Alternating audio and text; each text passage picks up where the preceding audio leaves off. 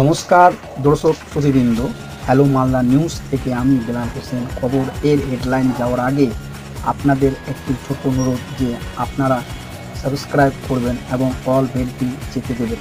যদি সাবস্ক্রাইব করে থাকেন অনেক অনেক ধন্যবাদ।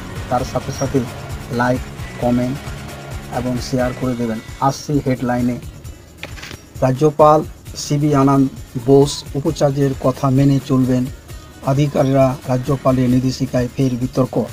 পুরুলিয়ায় বাজ পড়ে মৃত্যু ৩, আহত ১। রাজ্য থেকে পড়তে এসেছিলেন মর্মান্তিক পরিণতি ডাক্তারি পড়ুয়া। গরুর থেকে শূন্য গোয়াল ভালো। ভূমে বিজেপি কর্মীদের করা বার্তা অনুপমের। দিতে ডাম্পি চলাকালীন গ্রেপ্তার ৮১ জন।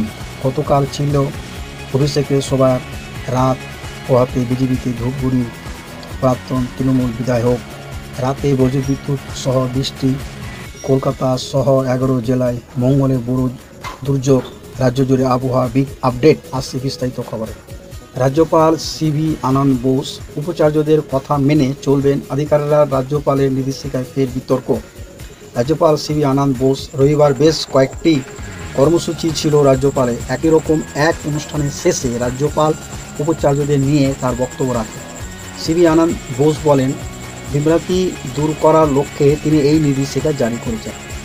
রাজ্যপাল সংঘাত লেগে চলেছে, তার মধ্যে প্রশ্ন তুলে দিয়েছে একটি নির্দেশিকা। রাজ্য নয়, বিশ্ববিদ্যালয় আধিকারিকরা শুধুমাত্র উপাচার্যের কথা মেনে চলবেন এমন একটা নির্দেশিকা জারি হয়েছে রাজভবন থেকে। অস্থায়ী উপাচার্য নির্দেশক নিয়োগ রাজ্য স্বীকৃতি না দেওয়াতে কি এমন নির্দেশিকা রাজভবনের, এমনই প্রশ্ন উঠছে। যেসব বিশ্ববিদ্যালয়ে উপাচার্য নেই সেসব বিশ্ববিদ্যালয়ে উপাচার্যদের দায়িত্ব পালন করবেন রাজ্যপাল। কিছুদিন আগে এমন নির্দেশিকা দেওয়া হয়। ছাত্রছাত্রীদের কথা ভেবে এই নির্দেশিকা দাবি রাজভবনের তরফ থেকে। এখন পর্যন্ত কিছু বিশ্ববিদ্যালয় যেখানে উপাচার্য নেই সেখানে অস্থায়ী উপাচার্য নিয়োগ করবেন রাজ্যপাল।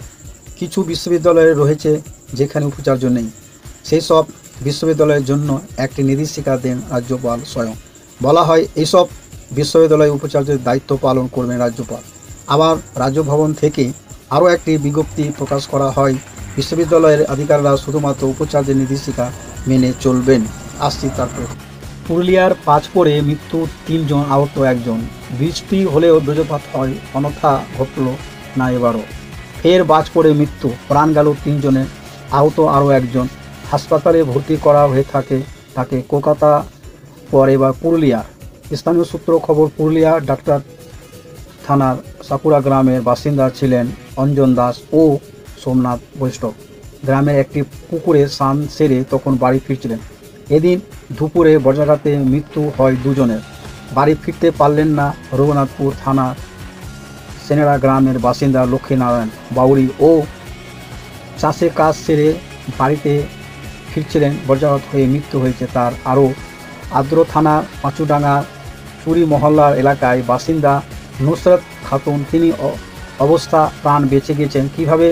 বাড়ি বসে যখন মোবাইল দেখছিলেন নুসরাত তখন বাজ পড়ে, গুরুতর আহত হতো এবং এই তরুণী রঘুনাথপুর সুপার স্পেশালিস্ট হাসপাতালে ভর্তি করা হয় তাকে। স্টুডেন্ট ডেথ, ভিন্ন রাজ্য থেকে পড়তে এসেছিলেন মর্মান্তিক পরিণতি ডাক্তারি পড়ুয়া। মেডিকেল স্টুডেন্ট ডেথ, রাত ১১টা পর্যন্ত ছাত্রদের বাইরে থাকা নিয়ে প্রশ্ন উঠতে নড়েচড়ে বসেছে বর্ধমান মেডিকেল কলেজের কর্তৃপক্ষ।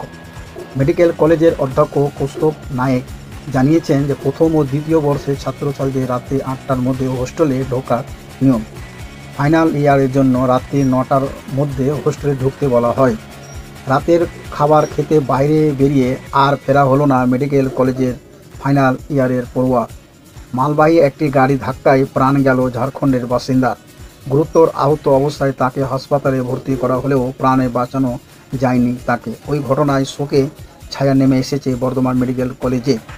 পুলিশ সূত্রে জানা গিয়েছে মৃত ছাত্রের নাম অভিনীত কুমার, ২৫ বছর বয়স, বাড়ি ঝাড়খণ্ডের পূর্ব সিংভূম জেলায়। ডাক্তারি পাঠ্যক্রমে এটাই ছিল তার শেষ বছর। গত রাতে বেশ কয়েকজন বন্ধু সঙ্গে নবাবহাট মোড় এলাকায় একটি ধাবায় খেতে যায়। খাওয়া দাওয়া শেষ করে রাত্রি ১১টা নাগাদ বাইকে চড়ে হোস্টেলে ফিরছিলেন। পথে একটি ছোট্ট মালবাহী গাড়ি পিছন থেকে পরিণীত বাহিকে ধাক্কা মারে। গুরুতর জখম হন অভিনীত। সঙ্গে থাকা বন্ধু তাকে এনে ভর্তি করেন বর্ধমান মেডিকেল কলেজে। সেখানে তাকে মৃত্যু বলে ঘোষণা করেন চিকিৎসকরা। অনুপম হাজরা দুষ্টু গরুর থেকে শূন্য গোয়াল ভালো, বীরভূমে বিজেপি কর্মীদের কড়া বার্তা অনুপমের। মান অভিমান কিছু থাকলেও জানান, আপনার সাংগঠনিক ক্ষমতা কাজে লাগানোর দায়িত্ব আমার। ফেসবুকে ফোন নম্বর দিলেন বিজেপির কেন্দ্রীয় সম্পাদক। দুই গরু থেকে শূন্য গোয়াল ভালো, বীরভূমে দলের নেতা কর্মীদের বার্তা দিলেন বিজেপির কেন্দ্রীয় সম্পাদক অনুপম হাজরা। ফোন নম্বর দিয়ে ফেসবুকে লিখলেন, মান অভিমান কিছু থাকলে জানান, আপনার সাংগঠনিক ক্ষমতা কাজে লাগানোর দায়িত্ব আমার। পঞ্চায়েত ভোট শেষ, নজরে এবার লোকসভা ভোট। সাংগঠনিক রদবদল ঘটছে বঙ্গ বিজেপিতে। শুধু তাই নয়, আগস্ট ও 3 দিনের সফরে বাংলায় এসেছিলেন দলের সর্বভারতীয় সভাপতি জেপি নাড্ডা। যুব ভারতীতে ডাব্বি চলাকালীন গ্রেপ্তার 81 জন। ডাব্বিকে কেন্দ্র করে কড়া নিরাপত্তা ছিল যুব ভারতীতে। স্টেডিয়াম গেট থেকে মাঠ পর্যন্ত দর্শকদের তল্লাশি করা হচ্ছিল 3 বার। যুব ভারতীতে তখন ডাব্বি চলছে। স্টেডিয়াম চত্বর থেকে গ্রেপ্তার করা হলো 81 জনকে। কেন বিনা টিকিটে মাঠে ঢোকার চেষ্টা করেছিলেন তারা? পুলিশ সূত্রে তেমন খবর। গ্রুপ পর্যায়ে পর এবার ফাইনাল। ডুরান্ড কাপে ফের মুখোমুখি মোহনবাগান ও ইস্টবেঙ্গল। যুব ভারতীতে বদলার সেই দাবিতে শেষ হাসি হাসল সবুজ মেরুন। ট্রফির সঙ্গে লাল হলুদের দূরত্ব যেন বাড়ল আর খানিকটা। 17তম ডুরান্ড কাপ জিতল ISSL চ্যাম্পিয়ন টিম। ম্যাচে একমাত্র গোলটি করেন ধূপগুড়ি বাইপোল। গতকাল ছিলেন অভিষেকের সভায় রাত পোহাতে বিজেপিতে ধূপগুড়ির প্রাক্তন তৃণমূল বিধায়ক। ধূপগুড়ি উপনির্বাচনে আগে মিতালি রায়ের বিজেপিতে যোগদানকে গুরুত্ব দিয়ে দেখছে রাজনৈতিক মহল। ছাত্র আন্দোলন থেকে রাজনৈতিক জীবন শুরু করেন মিতালি। কামতাপুর আন্দোলনে তার ভূমিকা ছিল। 2016 থেকে 2021 সাল পর্যন্ত ধূপগুড়ি থেকে তৃণমূল বিধায়ক ছিলেন। শনিবার ধূপগুড়িতে তৃণমূলের সর্বভারতীয় সাধারণ সম্পাদকের হাত ধরে বিজেপি যোগ দেন বিজেপির প্রাক্তন জেলা সভাপতি দীপেন প্রামাণিক। এই যোগদানের পর অনেকেই ভেবেছিলেন ধূপগুড়িতে উপনির্বাচনের আগে এক গোল দিয়ে দেন তৃণমূল কংগ্রেস, কিন্তু পাল্টা আক্রমণে গিয়ে সেই গোল শোধ করে দিল বিজেপি। গেরুয়া শিবিরে যোগ দিলেন জেলার বিশিষ্ট তৃণমূল নেত্রী ও ধূপগুড়ির প্রাক্তন তৃণমূল বিধায়ক মিতালি রায়। ধূপগুড়ির নেতাজি পাড়ায় বিজেপি রাজ্য সভাপতি সুকান্ত মজুমদারের হাত থেকে পদ্ম পতাকা হাতে তুলে নেন মিতালি। শনিবার ধূপগুড়িতে অভিষেক বন্দ্যোপাধ্যায় সভায় ছিলেন মিতালি। গত কয়েকদিন তৃণমূলের প্রচারও তাকে দেখা গিয়েছিল। রাত পোহাতে একেবারে 180 ডিগ্রি ঘুরে বিজেপিতে চলে গেলেন মিতালি রায়। যোগদান অনুষ্ঠানে উপস্থিত ছিলেন সাংসদ ডক্টর জয়ন্ত কুমার রায় সহ বেশ কিছু বিজেপি বিধায়ক ও দলের নেতারা। রাতারাতি যে মিতালি এই সিদ্ধান্ত নেননি তা এক প্রকার স্পষ্ট শিবির বদল করার একটা যে প্রক্রিয়া চলছিল বোঝাই যায়। বিজেপি রাজ্য সভাপতি সুকান্ত মজুমদারের ফিরে আসার কথা থাকলেও তিনি গতকাল ধূপগুড়িতে থেকে যান। তারপরেই সুকান্ত মজুমদার ও মঙ্গল পাণ্ডের উপস্থিতিতে মিতালি বিজেপিতে যোগ দেন। রাজনৈতিক মহলে বক্তব্য, ধূপগুড়ি উপনির্বাচনের আগে বিজেপি তৃণমূলকে একটা ধাক্কা দিতে চাইছিল, তাতে তার সফল। রাত্রে বজ্রবিদ্যুৎ সহ বৃষ্টি, কলকাতা সহ 11 জেলায় মঙ্গলে বড় দুর্যোগ। রাজ্য জুড়ে আবহাওয়ার বিগ আপডেট। উত্তর পূর্ব বঙ্গোপসাগরে উপরে থাকা ঘূর্ণিঝড় থেকে একটি নিম্নচাপ তৈরি হতে চলেছে, যার জেরে আরও বদলে ইঙ্গিত বাংলার আবহাওয়া।